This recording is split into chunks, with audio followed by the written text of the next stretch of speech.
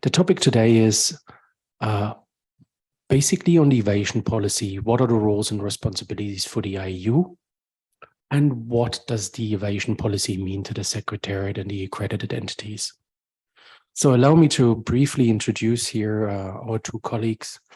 We've got Rishabh Mudgill, Policy and Uptake Associate with the IEU, who's here to discuss a little bit on the IEU experience. And we've also got, and it's a great pleasure, Vladislav Arnudov, and I really failed to pronounce it right now, and I tried many times this morning, a Senior Quality Assurance and M&E Specialist with the unit, with the Division for Portfolio Management. Apologies. So, colleagues, the evaluation policy is an important piece to the puzzle of the evaluation function here at the fund. And for those that don't know, allow me to make a few remarks here in the beginning, and you also see it on your screens right now. So just to illustrate, the evaluation policy sets out the GCF's approach to evaluations. And that's across the three main groups that we've identified, the three main groups of stakeholders. And that is the IEU, the Independent Evaluation Unit. That's also the Secretariat and as well the GCF ecosystem with all its accredited entities. The policy can also be understood as a setup of a framework that helps the fund and its stakeholders to produce and use high quality evaluations to incredibly and objectively assess the results, the performance, the efficiency, and the effectiveness of the GCF interventions. After the in-between board meeting decision, the BBM 2021/07, the evaluation policy came into force in May 2022, so almost 1 year after the in-between board meeting decision. And lastly, also important to reflect, the policy sets out a custodian for the policy itself, and that is the IEU, and we've been in great collaboration looking at the initial draft until it was submitted to the board for review and approval, together with our colleagues here at the Secretariat. And that included not only DPM, but also other departments, but most importantly, also our colleagues from the Division for Portfolio Management. So now, to make this a very interesting and engaging conversation about the evaluation policy, let me move over to Rishabh to introduce a couple of things to reflect on when we look at the evaluation policy from the viewpoint of the Independent Evaluation Unit. And then after that, we move over to Vlad, who will do the same for the Secretariat and the accredited entities. So over to you, Rishabh. Thank you, Andreas, and good afternoon to everyone.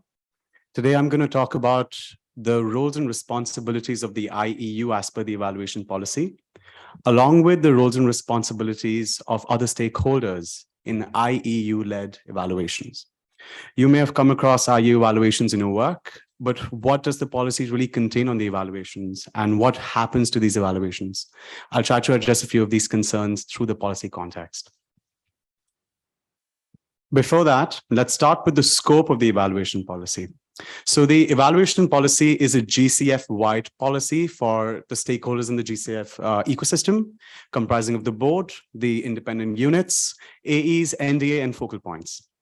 It covers the evaluation function that is exercised primarily by the IEU, the Secretariat, and the AEs, with the purpose to help the fund to credibly and objectively assess and measure its results, its performance, and to ensure that the fund is effectively delivering on its mandate. But one interesting part about the evaluation policy is that it also guides other stakeholders who engage with the GCF activities with whom the GCF may not have a direct relationship with, by guiding them on the evaluation criteria, the evaluation approach, and best practices. However, it is pertinent to mention that this evaluation policy does not cover the monitoring and evaluation, the monitoring functions of the fund, because the independent evaluation work is separate from the day-to-day monitoring and evaluations work, which is primarily done by the Secretariat as per clause 23J of the governing instrument. Right, so now let's dive deep into the types of evaluations as per the evaluation policy. The first being the IEU-led evaluations. Now, these are the evaluations that many of you are familiar with. You must have heard about the second performance review of the Green Climate Fund, the independent synthesis of direct access, the Africa evaluation. The IEU independent evaluations are aimed to objectively assess the performance of the fund. We try to look at if the fund is doing the right things and whether the fund is doing the things right. Now, the IEU evaluations are submitted to the board with the purposes to inform the decision-making of the board and to identify and disseminate lessons learned from the evaluations to the board and to the Secretariat. The policy also provides that the IEU should share its independent evaluation reports to the UNFCCC, the COP, and the Paris Agreement for the purposes of a periodic review of the financial mechanism. Moving on to the Secretariat-led evaluations. Now, these evaluations are different from the IEU's independent evaluations because these are primarily meant for the monitoring and evaluation purposes. And while the IEU submits its evaluations to the board, this is not the case with the Secretariat, as these are mostly self-assessment evaluations. This also means that no management response is required on these evaluations. The policy clearly states that the IEU can also attest to the quality of these self-evaluations conducted by the Secretariat. Importantly, there's also a third kind of evaluation recognized by the policy, which are the AE-led evaluations. Now, these are project-level evaluations comprising mostly of midterm evaluations and the final term evaluations. Again, as the policy prescribes, the AEs are supposed to submit the midterm and final term evaluation reports as per the funding activities agreement and also in accordance with the monitoring and activities framework, the MAF. The purpose of AE-led evaluations are critical for informing, monitoring, and improving the implementation of the approved projects. Now, the policy also recognizes a fourth kind of evaluation, which are ex-post evaluations. These are usually conducted towards the end of the project or maybe a few years after implementation using mixed methods. And as per the policy, the ex-post evaluations can be conducted by either the IEU, the Secretariat, or the AEs as well.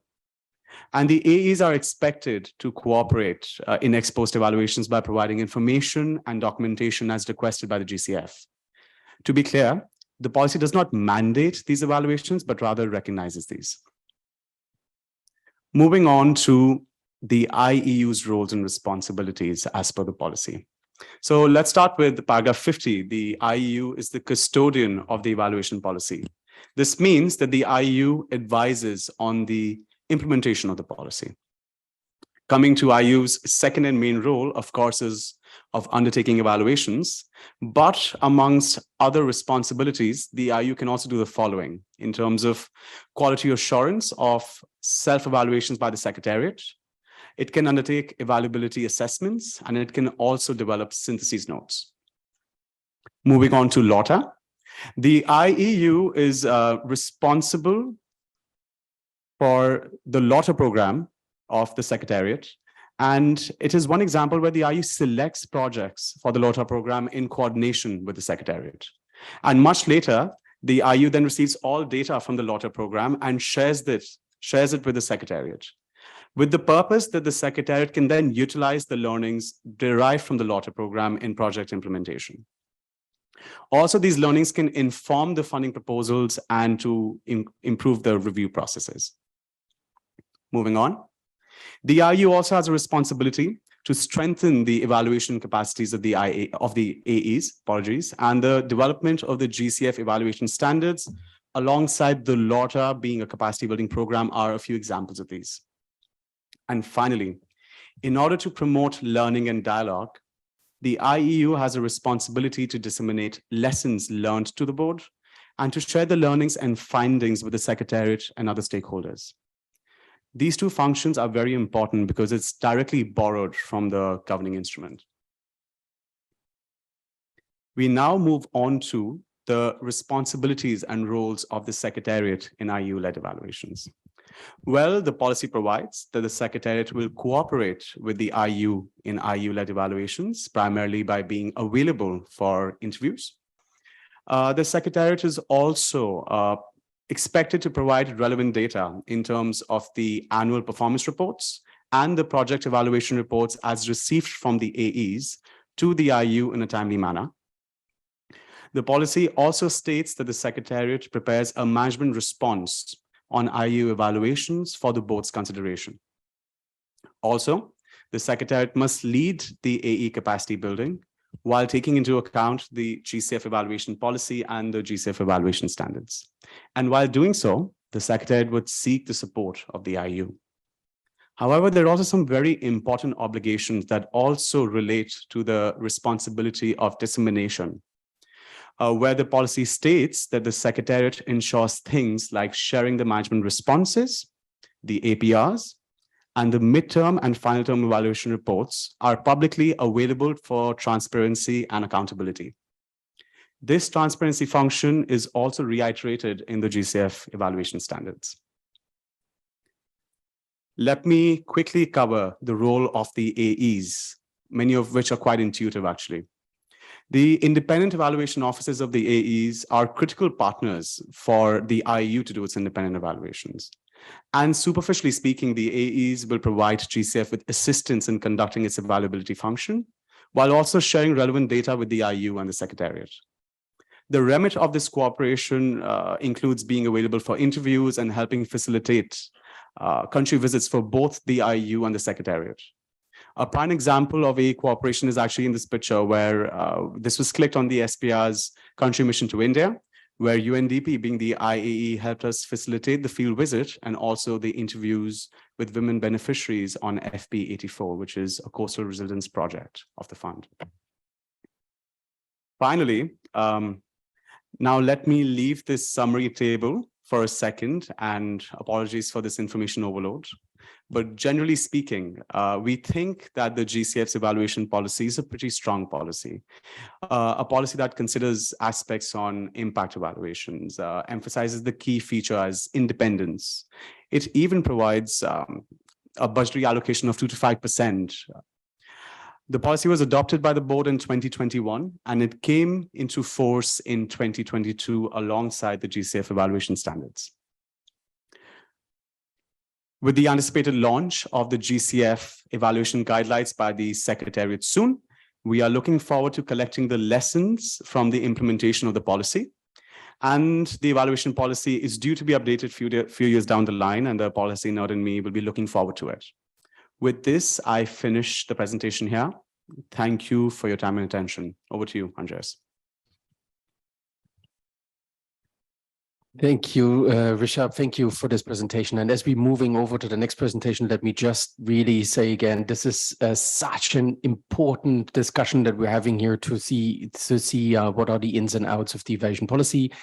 Now, Vlad Narudov, please, and I hope this time I didn't butcher your name, my good friend. Over to you for a couple of reflections on guidelines and procedures. We're really excited. Thank you.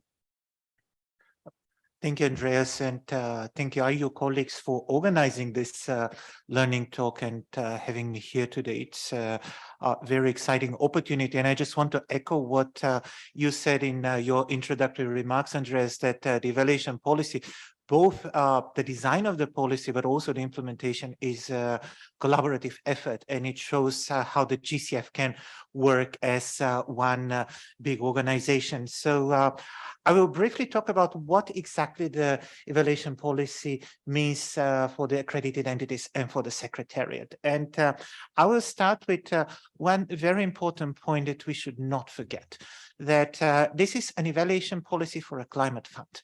So if you look at all the evaluation work that has been done globally, and evaluation is not something new, it is about development. But there is very little done in the field of evaluation of climate change projects. So actually, what the GCF has done in our collaborative efforts is to produce basically one of the first evaluation policies for climate change projects. And this is a big change. And this is something that all of us have to be very proud of. Now, what it means for the accredited entities, what does it mean for the Secretariat?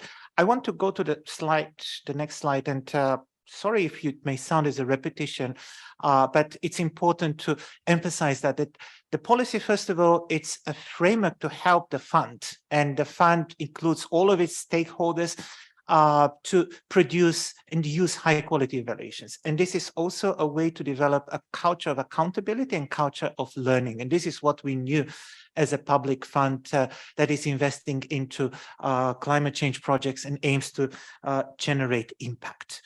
And finally, the policy, as Andreas already mentioned, as well as Rishabh, it identifies the different types of evaluations.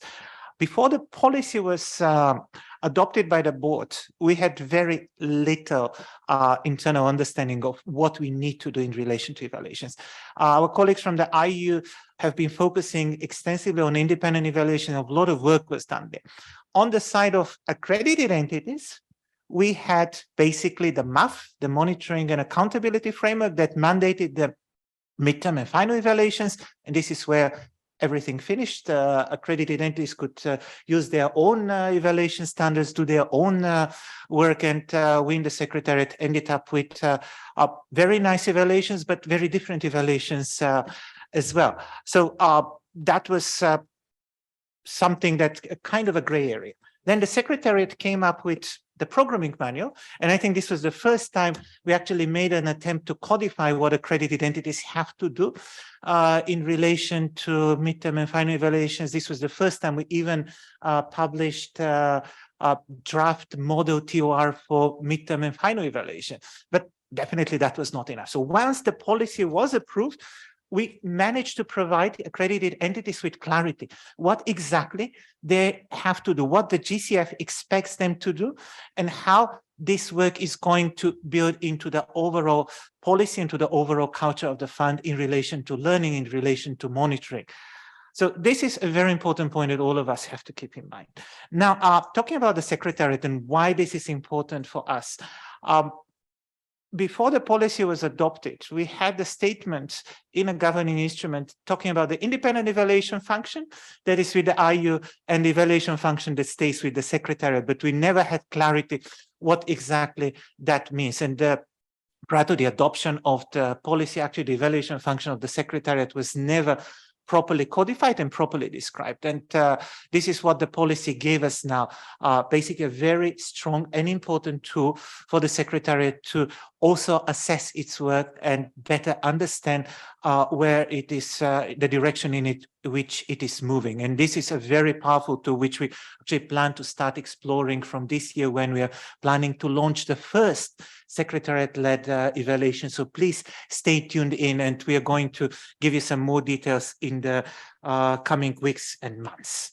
Now, with this introduction, let me go into a little bit more practical aspects of what the policy means to accredited entities. And I think this is very important, both for colleagues in the Secretariat who work in origination divisions, but also for other colleagues as well. And the policy, as Andreas mentioned, is effective for almost a year now. And it has been implemented in various systems and legal documents as well. So it has implications, first of all, to the accreditation master agreements. And we already started negotiating some of the first accreditation master agreements and re-accreditation agreements where we had to incorporate the evaluation policy. So here you can see a whole list of changes that we had to incorporate in the AMAs. And this is what we were negotiating with our colleagues from the partner agencies. What exactly evaluations are. We have the inclusion of the evaluation policy as one of the relevant policies for compliance. We had to reflect the capacity and system for implementation of the policy. We had also to talk about data, documentation, maintenance, availability of information. So all of this had to be put into the AMAs and in the FAAs as well. And this allows us now to keep also to make sure that our partners have in place all these relevant systems to help us conduct high quality evaluations. And this will help the Secretariat also become stronger and build its culture of learning and its culture of accountability. This is another important slide, and that shows the implication of the policy in relation to accredited entities. Some of you have probably seen that on a number of occasions that accredited entities have been complaining that, oh, we have not budgeted well for the evaluations. That's why we can give you like just a very brief evaluation report. And unfortunately, this was the reality that we had in the past. Now, the policy is very clear at the moment that an appropriate evaluation budget has to be incorporated into the project budget to cover the costs related to interim and final evaluations. And the policy even comes up with a range, which is 2 to 5% of the total budget for the of the project. And this budget is covered by the A fees and also of the project budget as well. We have like detailed guidance on how exactly this has to be done, and we included also guidance on that as part of the evaluation guidelines. But this is something that is very clear at the moment, and this is something that is going to help us get much better evaluations. And in relation to data and information, we also made sure that the data requirements are properly incorporated into the M&E plan of the project. The data is collected as part of the project implementation, and it can be used as part of the evaluations, in addition to the evaluation data that may be collected as part of the interim and the final evaluations of the project. So as you can see from these slides, we are actually becoming much more demanding, but also much clearer in what exactly we want, so that we can become a really transparent institution that can conduct high quality evaluations. And when you look at what the policy means in relation to interim and final evaluations, here we have a list of some of the main requirements. Of course, these evaluations have to be consistent now with the evaluation policy. So this supersedes the evaluation policies of some organizations, and we're looking into practical ways actually to apply that in different cases. We also make sure that the GCF evaluation principle, criteria, and standards are followed, and this is what accreditors have to do.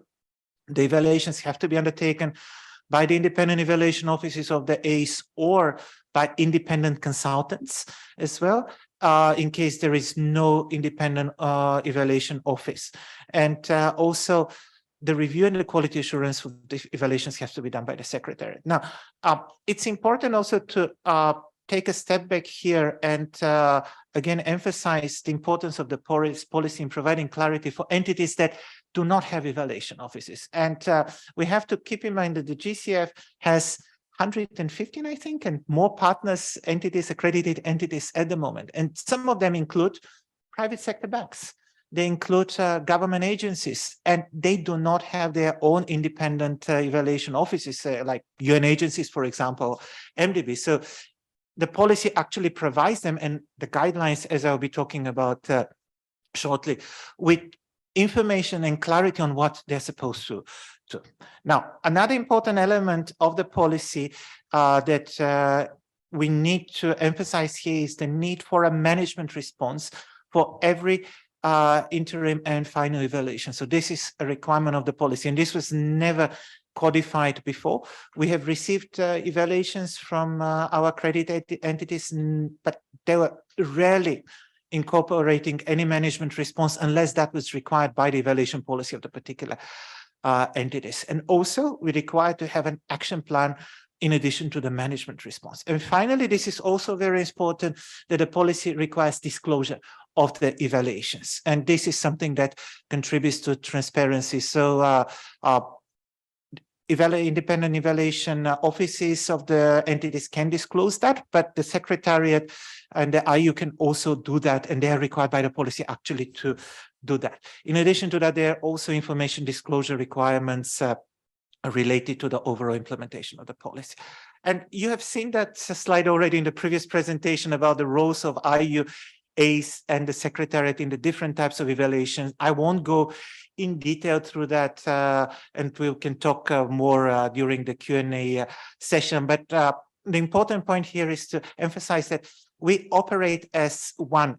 You cannot conduct AE-led evaluations or Secretariat-led evaluations or IEU-led evaluation just by one part of the system. Each of these evaluations require joint collaboration, and they require very strong partnership. Now, I'm aware of the time, so I'll just very briefly talk about the evaluation guidelines, which are putting all of this into practice. So we have the evaluation policy, which is the high-level document.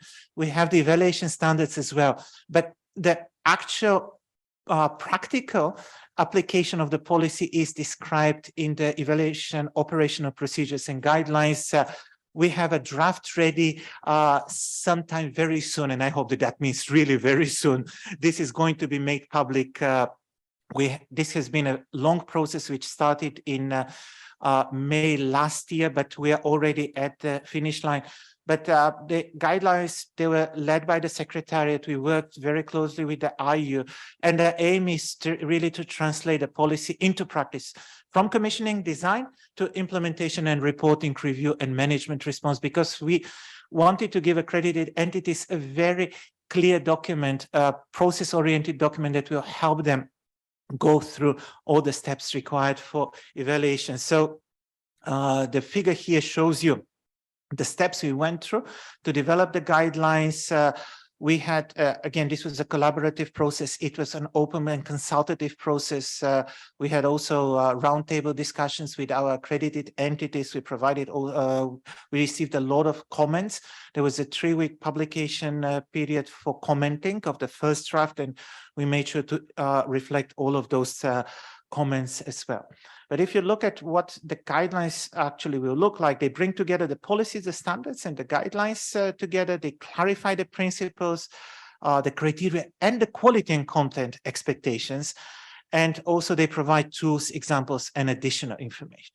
Now, this is an important part that I also want to show to you, what exactly we're going to have in the guidelines.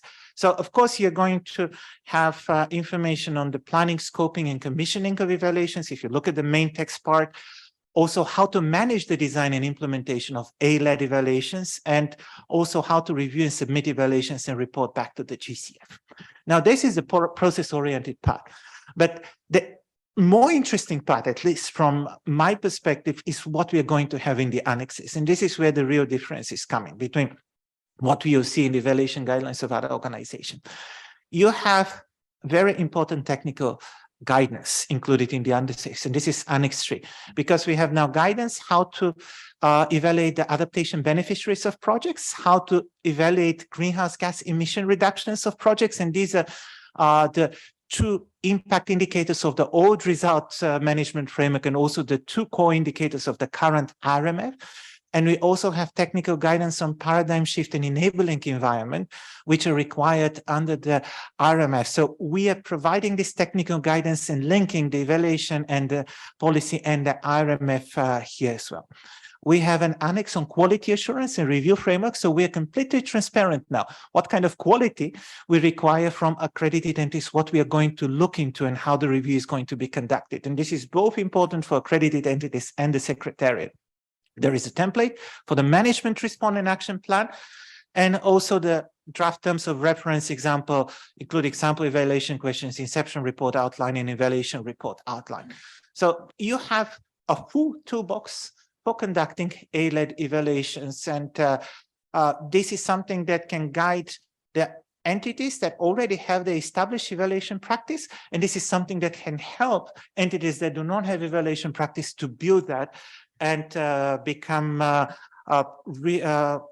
true partners of our organization, and again to contribute to the culture that we are trying to build related to transparency and accountability. I won't go into the details of the different elements that are included in the guidelines in the interest of time, but I think this presentation is going to be shared after the end of this event. One important thing that is that I want to emphasize here as I'm jumping through the slides is that we made it extremely clear that accredited entities have to ensure the independence of the evaluation.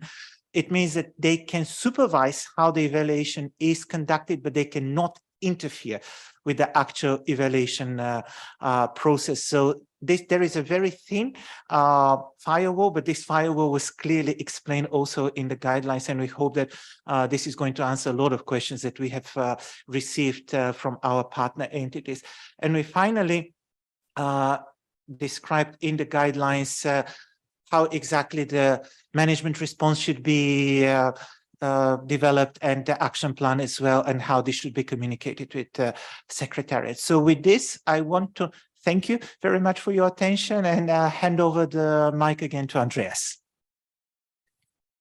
Also to you, Vlad, thank you very much for this insightful presentation and lots of information. Of course, colleagues, I can, even though colleagues in the sky, I can't see your faces, but I can certainly see the faces of the few that are here in the boardroom with me.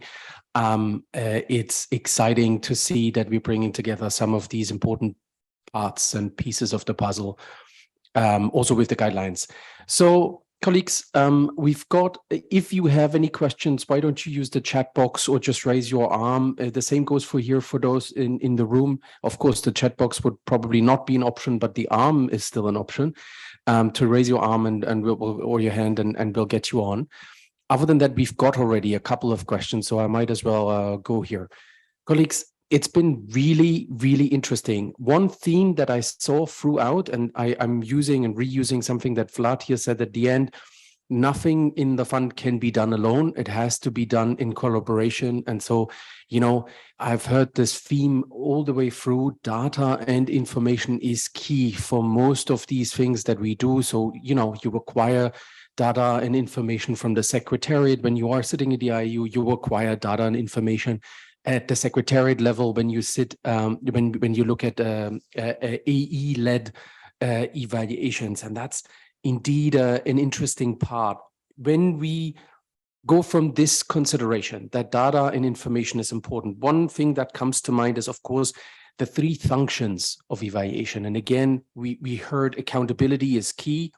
Learning is key, but also dialogue is the third function that we've described in the policy that is key for some of the considerations here at the GCF with regards to evaluations. So now let me just speak a little bit about this question of dialogue and what that would mean in terms of information disclosure. And maybe I can tilt this conversation really briefly to Wrapup first, and then but also let Vlad respond to that. So when we've spoken of these evaluation functions, we've spoken of the importance of dialogue. So what are the obligations in the evaluation policy to disseminating information at the end, and how does that relate to the IDP, so the information disclosure policy? Wrapup, why don't you get a crack at that? Thanks. Thank you, Andreas. A very interesting question indeed. Maybe I can pull us back to the GI and then hop into the policy. So the GI provides that the purpose of independent evaluations will be to inform the decision-making by the board and identify and disseminate the lessons learned. And the evaluation policy has several provisions on dissemination. In fact, all evaluation approach papers, whether the IEU or the Secretariat, should have a well-defined dissemination and knowledge management plan. As per the policy, I'll answer this question in two folds. Firstly, the IEU's provisions and then the Secretariat's provisions. So the IEU, as per the policy, has to disclose all the evaluation reports, including the approach papers and evaluation-related documents. Lessons learned to the board, the AEs and the Secretariat has to be disseminated to them. And finally, the IEU also has to produce a synthesis for presentation to the board members based on the evidence that is derived from the evaluations. It might be of interest to the Secretariat colleagues, but there are a few provisions that are applicable to the Secretariat for the dissemination. Again, all evaluation reports and reviews of individual GCF projects and programs have to be disclosed. The reports and reviews prepared or commissioned by the GCF have to be disclosed. The APRs and AE-led project evaluation reports, which include the midterm and final term evaluation reports, alongside the management responses on the IEU evaluations, all have to be disclosed and publicly. The responsibility for disclosure of these products lies with the GCF's executive director. And I should also emphasize that the EP lays a strong emphasis on sharing data with evaluations in a timely manner. It provides that the information requests from the evaluations on financial records should be made available within a reasonable time frame unless exigent circumstances demand otherwise. So this is all that the policy talks about disclosure, and it is certainly very important for the IEU to independently do its evaluations once it gets all the information and data that it needs. That also contributes towards the independence aspect of it. Over to you, Andres. Now, Rishabh, I see that you have responded partly also for what Vlad would probably have said. Vlad, anything to add to this in interest of full comprehensive views? Thank you, Andres, and thank you, Rishabh, for covering the policy requirements. And indeed, there is a requirement for disclosure of the evaluation reports. There is a requirement also for disclosure of the APRs.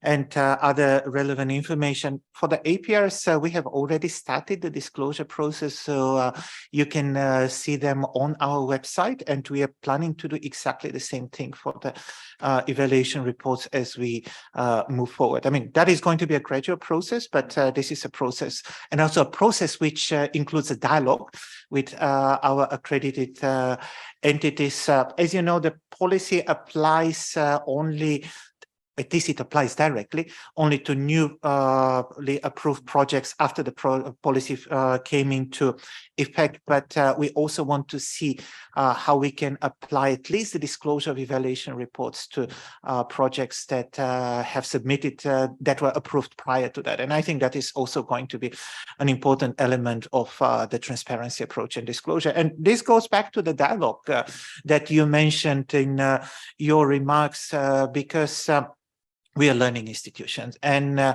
from the evaluations, we can learn a lot about how to make better climate investments, how to do better programming also as an institution, but also others can learn from us. And this is something that can help us become a center of climate change and climate finance knowledge that I think is one of our aspirations. So this is what I wanted to add from my side. Thank you.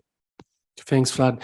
I have my wonderful colleague here who's just given me some questions also from the sky. So we've got a question with regards to independence. And Vlad, you mentioned the independence on the basis of AE-led evaluations. Rishabh was speaking a little bit about the standards and how the standards have been far reaching beyond the standards that we know in the evaluation space. I should mention here, the standards as a draft were also prepared in collaboration with the Secretariat. One step that we included there was, obviously we were in the fortunate position to have our colleagues from the UN Evaluation Group, UNEC, also reviewing in accordance with their norms and standards, the standards that we were bringing forward as GCF evaluation standards.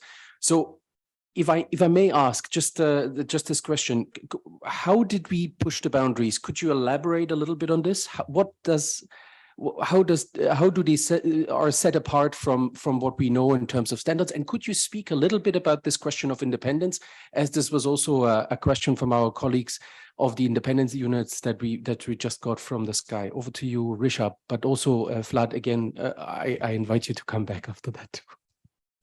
Thanks, Andres. And I may give a quick backstory on this. So the evaluation policy actually mandated for the IEU to develop standards, the GCF evaluation standards, in collaboration with the Secretariat, where the Secretariat develops the GCF evaluation guidelines in collaboration with the IEU.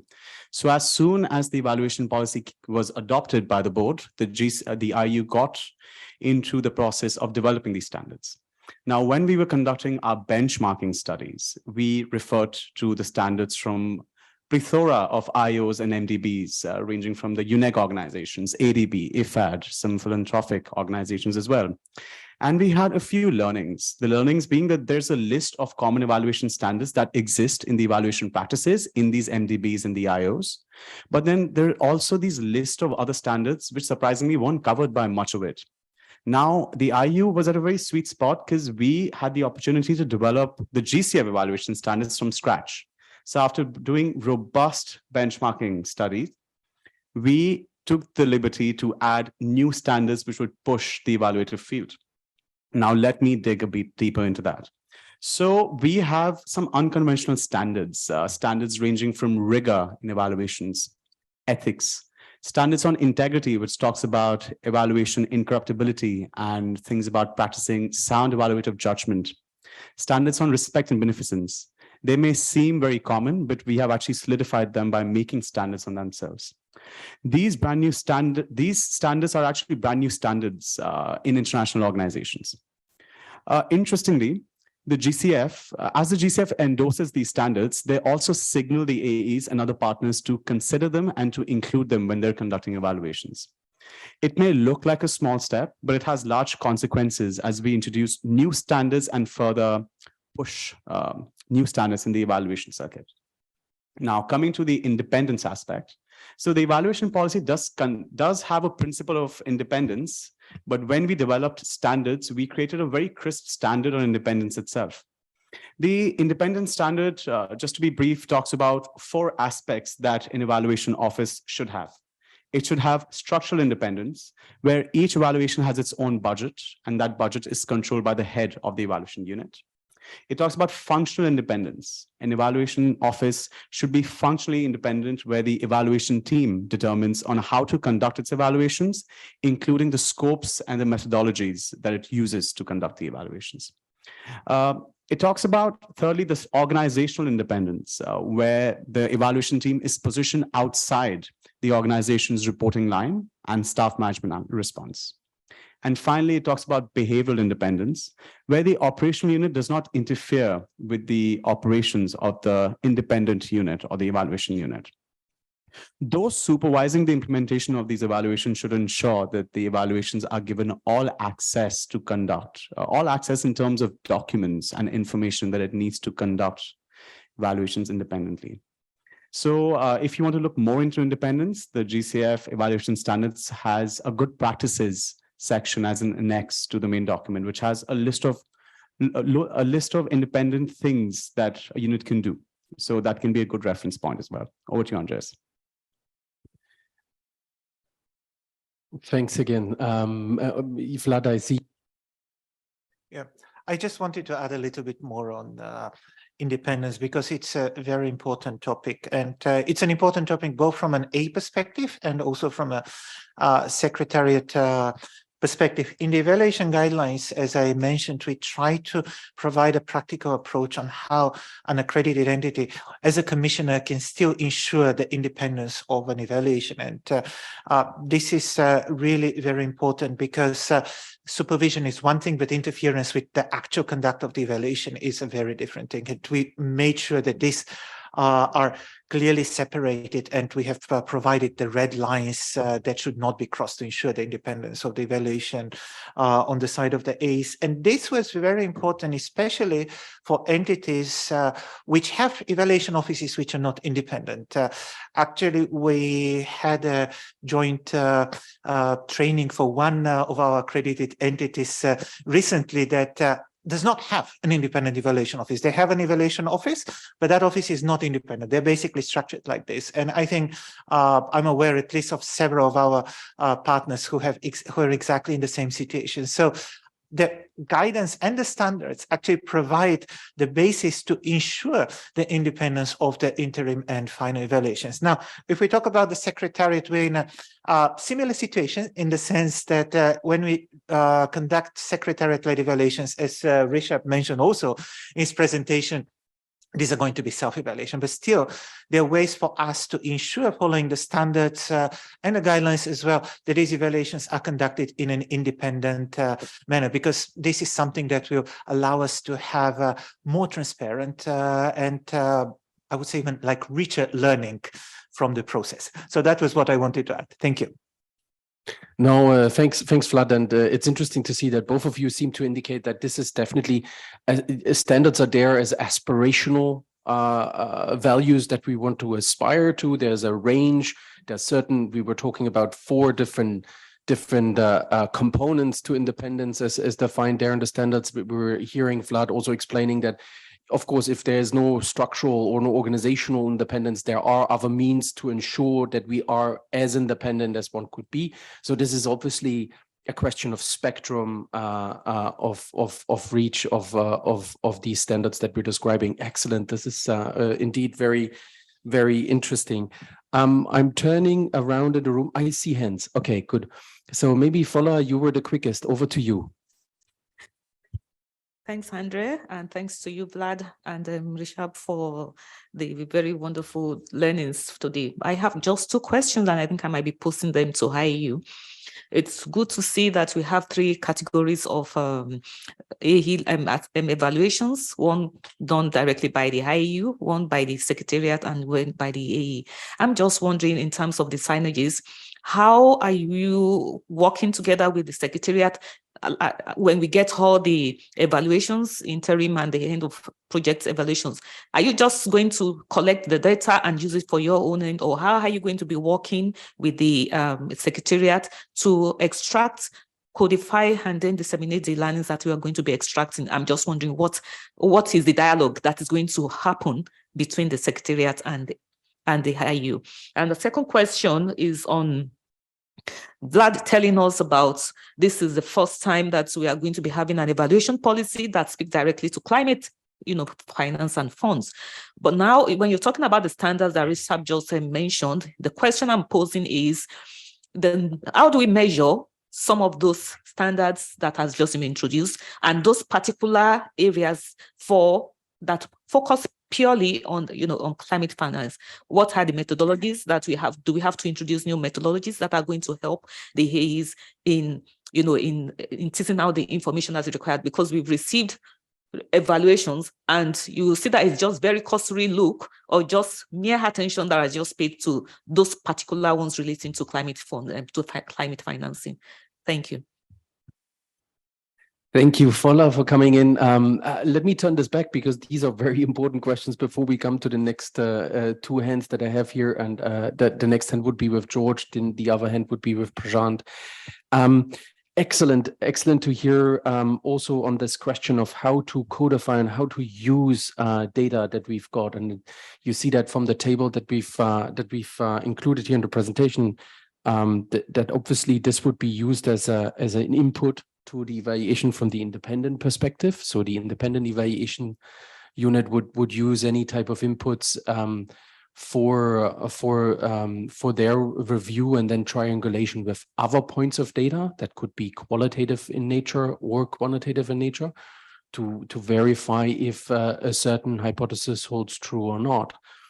But so it's indeed interesting to how then feed that back to the Secretariat at learning. And here I think we're not fully there yet. We are in our very early days as a fund, of course, in terms of the results that we see from midterm and end-term evaluation, as well as other information that we've got. But of course, the idea is to make available data sets that the IEU is producing from the data that the Secretariat is providing. Absolutely, you're spot on. So codifying would be something that is relevant to discuss. I use that opportunity to also highlight that the IEU is obviously also sitting in the Data Council together with colleagues in the Secretariat to discuss how and what ways do we have in order to create opportunities that the data that we have at the GCF is shared across the institution. So that is an excellent remark. I wonder, Prashant, from the perspectives of policy, would you like to reflect a little bit on Fola's question? The second question, I must add, is on standards and methodologies to be used in standards. I might move that over to Vlad a little bit to talk about the guidelines and the procedures there a little bit more. So over to you, Rishabh, and then Vlad.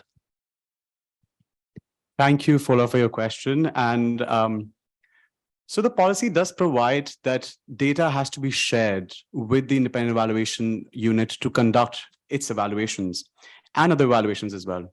And some of these processes are still under operationalization on the use of the data. But I know that the SPR and also the independent synthesis of direct access has heavily relied on the APRs, the APR data, and the midterm evaluation reports. It helps us to do the assessment of the performance. These are very informative pieces for us as a unit to get an insight on how the AEs are actually doing. So this data has been used in both the evaluations that are going to be submitted to the board at B35. Thank you.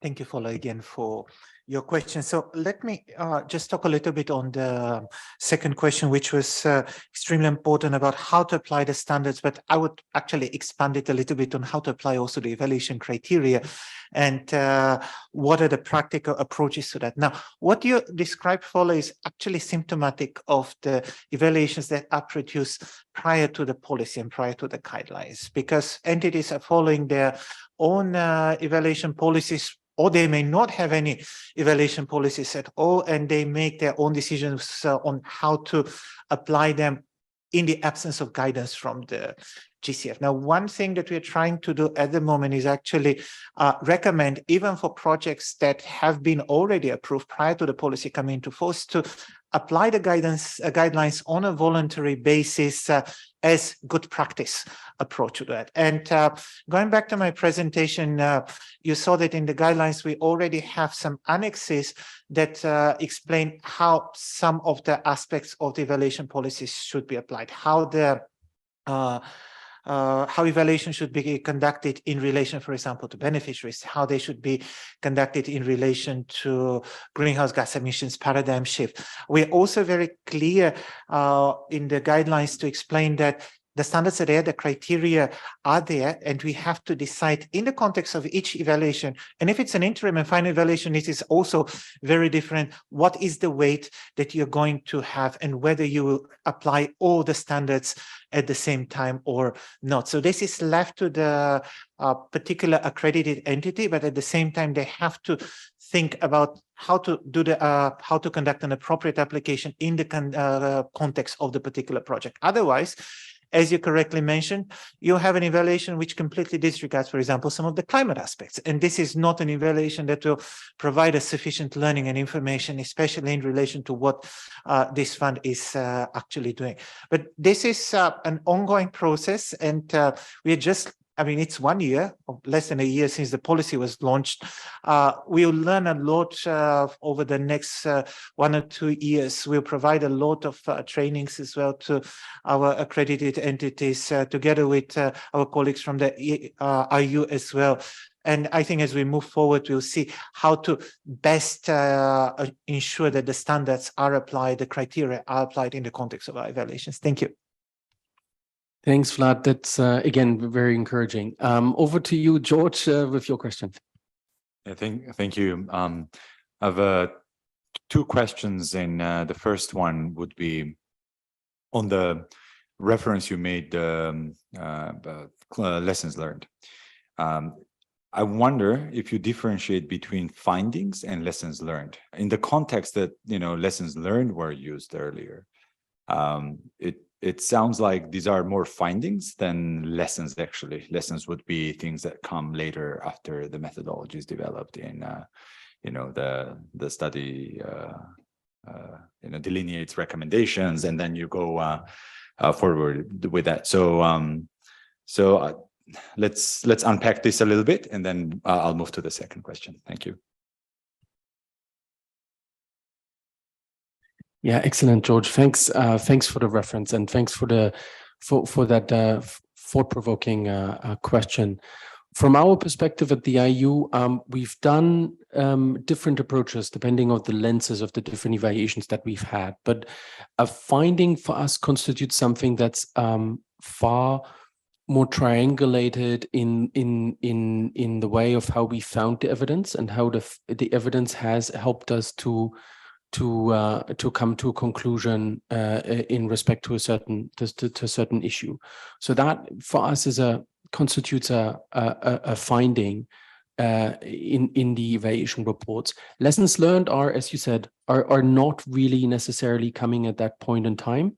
This is really something that comes through the process of learning, the process of gathering additional information and knowledge, and not necessarily punctuated to a certain point in time.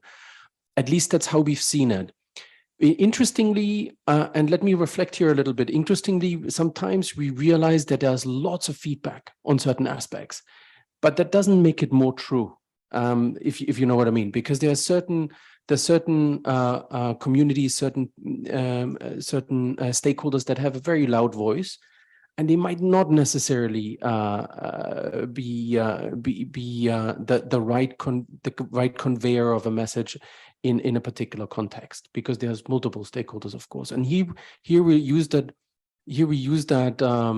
word of observations. So we sometimes in report also refer to additional observations that were not conclusive, that did not help us to form a stronger understanding of a certain aspect. Again, it's also been in very interesting in the way of how we've been conducting evaluations in the past, that you would always have to reflect very carefully to see if all the different bits and pieces that you have on a certain topic and a certain areas are available and are there to triangulate the evidence comprehensively.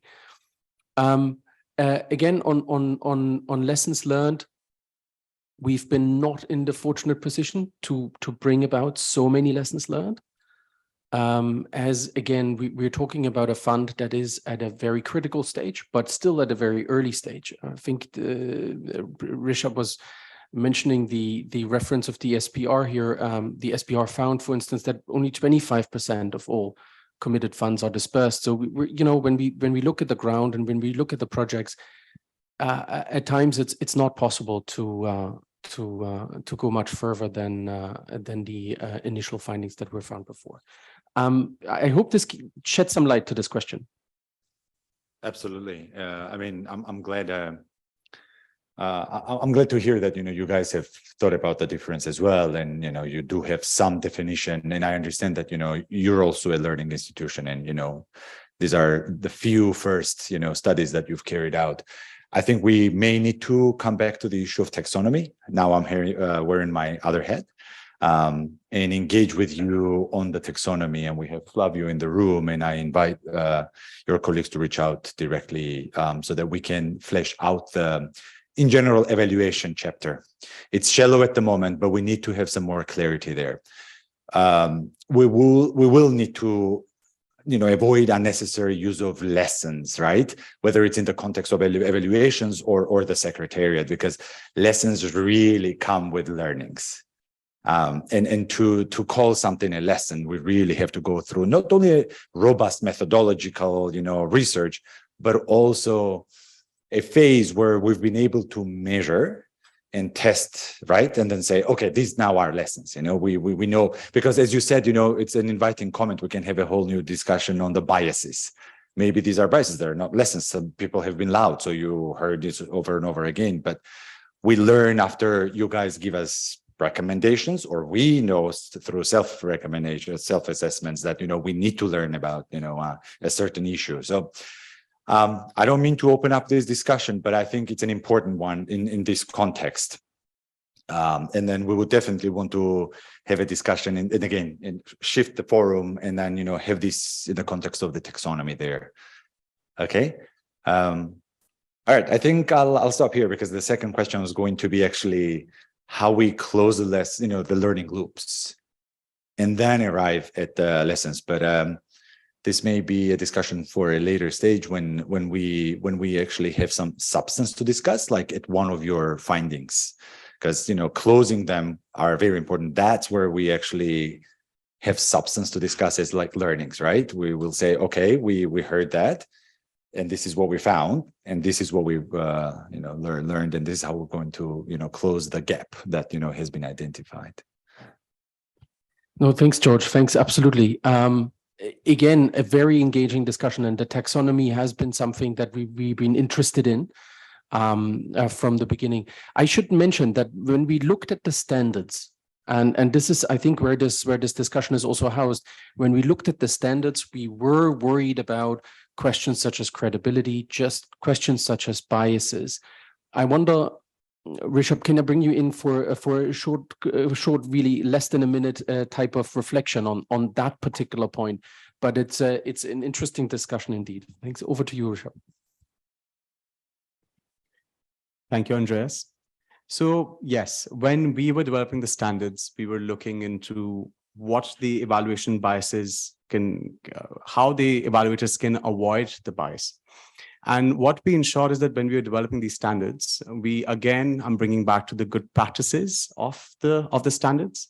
And it had multiple things about how to ensure that the data is robust, how to ensure that you have to objectively act, and the responsibility of an evaluator, the onus on the evaluator to be particularly far more independent, and the added responsibility to ensure that when you're objectively assessing data, you're coming with objective findings and there's no conflict of interest or collusion. These aspects, including aspects on evaluation incorruptibility, about how evaluators have certain onus to ensure that there's no conflict of interest. So again, with the paucity of time, I've just quickly touched upon it, but the GCF evaluation standards Annex 2 has a lot more on this, and you'll be surprised how far-reaching our evaluation standards are as compared to other organizations. Over to you, Andres. Thanks, Rishabh. Yeah, sorry, in interest of time, this is probably where we need to leave it.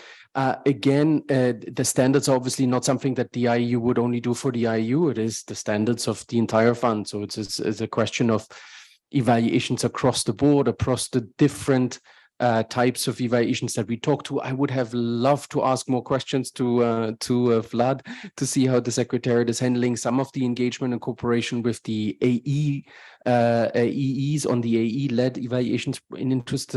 Unfortunately, we run out of time.